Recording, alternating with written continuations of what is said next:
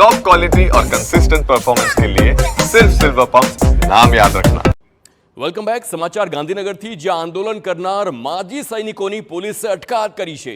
માજી સૈનિકોએ મહારેલીનું આપ્યું હતું અલ્ટિમેટમ। માજી સૈનિકો સત્યાગ્રહ છાવણી પહોંચે તે પહેલા જ તેમને ડિટેન કરી દેવામાં આવ્યા। સત્યાગ્રહ છાવણીમાં પોલીસનો ચુસ્ત બંદોબસ્ત ગોઠવાયો છે। છેલ્લા 22 દિવસથી માજી સૈનિકોનું આંદોલન હજુ પણ યથાવત છે। સરકારી નોકરીઓમાં અનામતના અમલીકરણની માંગ કરવામાં આવી છે અને જ્યારે તે વિરોધ કરવા આવ્યા ત્યારે તેમની અટકાયત કરી દેવામાં આવી।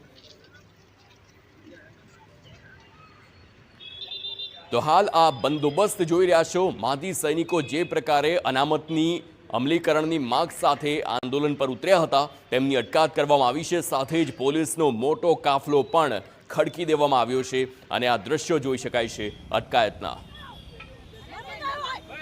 જે લોકો સત્યાગ્રહ છાવણી આવે છે એ લોકોને જબરજસ્તી અહીંયા ગાડીમાં બેસાડી દે છે અને ડિટેન કરીને જ્યાં ત્યાં તિતર વિતર કરી નાખે છે। એટલે આપણો પ્લાન બી છે, હવે સચિવાલય ગેટ નંબર 1 ઉપર જે રીતે જવાનું છે એ રીતે બધા ત્યાં પહોંચશો।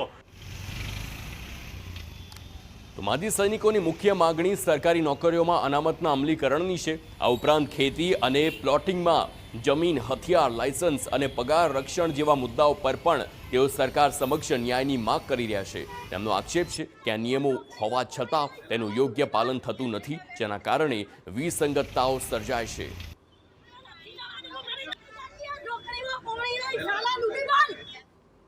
गुजरात पुलिस है। गुजरात पुलिस અમે સત્યાગ્રહ છાવણી જતા હતા અમારા કામ માટે, આંદોलन માટે, અનામત માટે, અને અમને ડિટેન કરી લીધા છે ગુજરાત પોલીસે।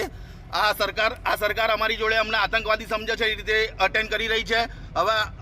હવે અમારે કરવાનું શું? આનું નિરાકરણ હું મારી વાઈફને કહેવા માંગુ છું। આ વિડીયો મારી વાઈફને મોકલવાનો છે કે આ પોલીસવાળા અમને ક્યાં લઈ જાય છે અમને ખબર નથી। અમારી જોડે શું કરવાના છે, શું નહીં, અમારી જોડે શું કરવાના છે, શું નહીં, અમારી જોડે શું કરવાના છે, શું નહીં, અમને ખબર નથી।